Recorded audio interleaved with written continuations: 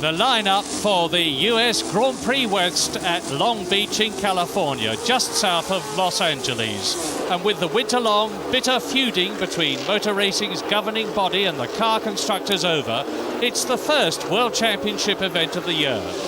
And it's a race that's wide open because of the new no-skirts ruling and the fact that for the first time all the cars are on Michelin radial tyres, plus the first appearance of new cars from no less than 8 teams, including the new turbo Ferraris. But at the end of practice, it's the totally unexpected long-serving Riccardo Patrese in last year's Arrows in his first ever pole position.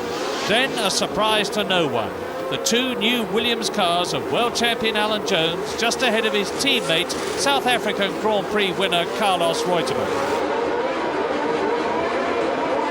And it's go, and a beautiful clean start from Riccardo Patrese, and the rest flash through after him.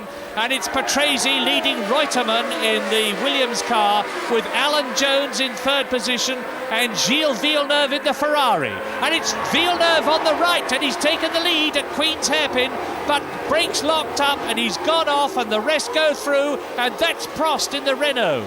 Prost in the Renault has been punted by one of the drivers who were trying to pass him and succeeding. And young Alain Prost in his first race in the Ferrari in the Renault is out already. There are the leaders. It's Riccardo Patrese in the Arrows, leading Reutemann, 3rd Jones, 4th Pironi in the Ferrari, or is it Villeneuve? Let's get a check as they come towards us.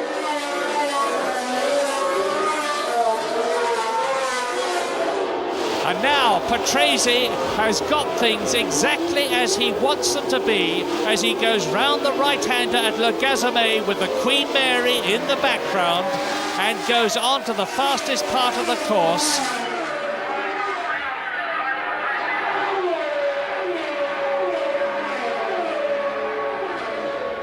He has yet to win a Grand Prix, although he led in South Africa in 1978 until his engine gave out. But now, if Patrese can just keep it going, he's in a very commanding position. So let's watch 3 real experts at work. Number 29, Patrese. Then number 2, Carlos Reutemann. Number 1, the world champion, Alan Jones.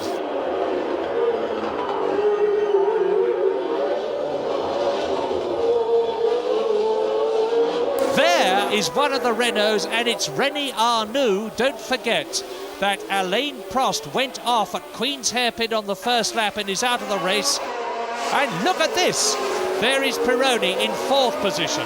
Piquet, who is 5th. Villeneuve, who is 6th. Cheever, 7th. Mario Andretti, 8th. And Jacques Laffite in 9th position. It's happened and we've missed it.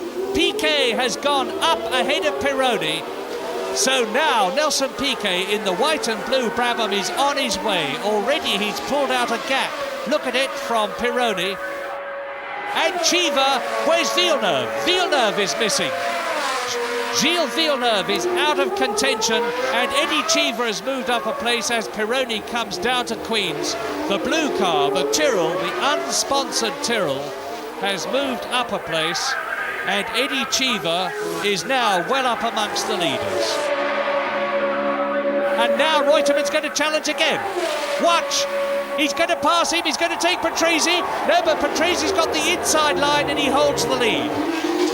But he must be a very worried young man in the cockpit of the Arrows, and all the time these two are slowing each other up, and Alan Jones must inexorably be gaining on them foot by foot, yard by yard.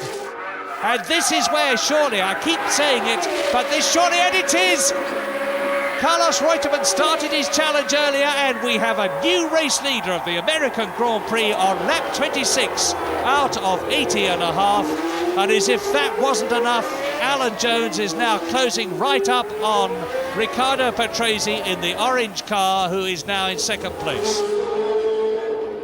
Now, where is Jones in relation to Patrese? You see the answer, and it looks to me as Patrese is going to lose 2nd place.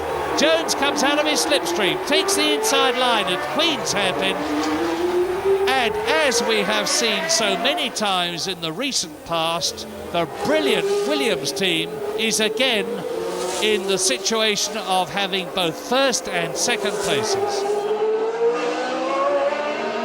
That's Patrese in the pits. Riccardo Patrese, now that's significant, and that may account for the fact that Alan Jones was able to pass Patrese so comparatively easily, because the young Italian, who must feel bitterly disappointed, is in the pits, and it is obviously not a tyre change. And Carlos Reutemann leads as they come down to Queens and goes through and passes Mark Sura, number 14, which Alan Jones will do in a moment. The interest in this race, frankly, is not so much for the lead. And it is, because that's Reutemann off. And Jones goes through. Carlos Reutemann has blown it in the biggest possible way, and number 1 leads, number 2 is second. The Williams team are in their rightful positions as far as team orders are concerned. And Jacques Laffite is now, the second of these two cars is the Frenchman Jacques Laffite, pressuring very hard indeed. Number 3, the young American Eddie Cheever, who has got ahead of him Didier Pironi in the Ferrari. There is Pironi, who is in 4th position. Cheever is in 5th position. Jacques Laffite is in 6th place, and behind them Mario Andretti.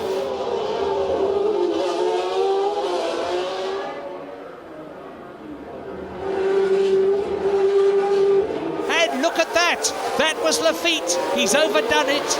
He's got too close to Eddie Cheever. He will have to go to the pits and change the nose at best, and it'll take some time to do that. It's Bruno Giacomelli, as you see, the young Italian who led at Watkins Glen last year, and he's obviously in trouble. There is Chico Serra. Behind Chico Serra is the red and white Alfa Romeo. Mario Andretti, who's ahead of Cheever. Now, Mario Andretti in the Alfa Romeo, the man we're looking at, who is in 5th position, has got his sights set on Didier Pironi, who drives for Ferrari, as Mario himself has done in the past. That's Pironi and Andretti. Pironi, who is 4th, Andretti, who is 5th. But this is the excitement, and it is going to be exciting. Mario Andretti is up into 4th position ahead of the Frenchman Didier Pironi in the Ferrari. Great stuff. And the crowd goes mad, and Pironi goes mad. Pironi fighting back. And look at the speed of that Ferrari. It's incredible. Pironi puts his foot down and fairly turbocharges away from Mario Andretti in the 3-litre Alfa Romeo. Well, I wonder if Mario is going to be able to do anything about Didier Pironi. He's caught him once, he's passed him once. But Pironi has shown he doesn't like it. And this is where Mario started to catch up on the previous laps, and he does it again, and he's going to take him. He's through. Mario Andretti is back to 4th position with a superb passing manoeuvre. And this time he's broken the toe. He's enough ahead of Didier Pironi for Pironi to be out of his slipstream, and the crowd sees the American again in the lead position in front of Pironi, but in 4th position in the race overall. And again Pironi challenges. Is he going to retake Andretti as he did last time? Yes, indeed he has. No, he hasn't. Mario Andretti holds in. The crowd goes mad. Listen to them.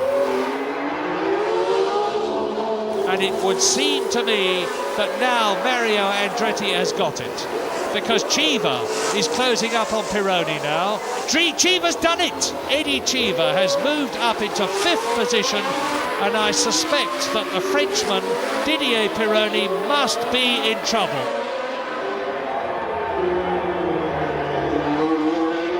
Down to the hairpin at Le Gazoumet for the last time.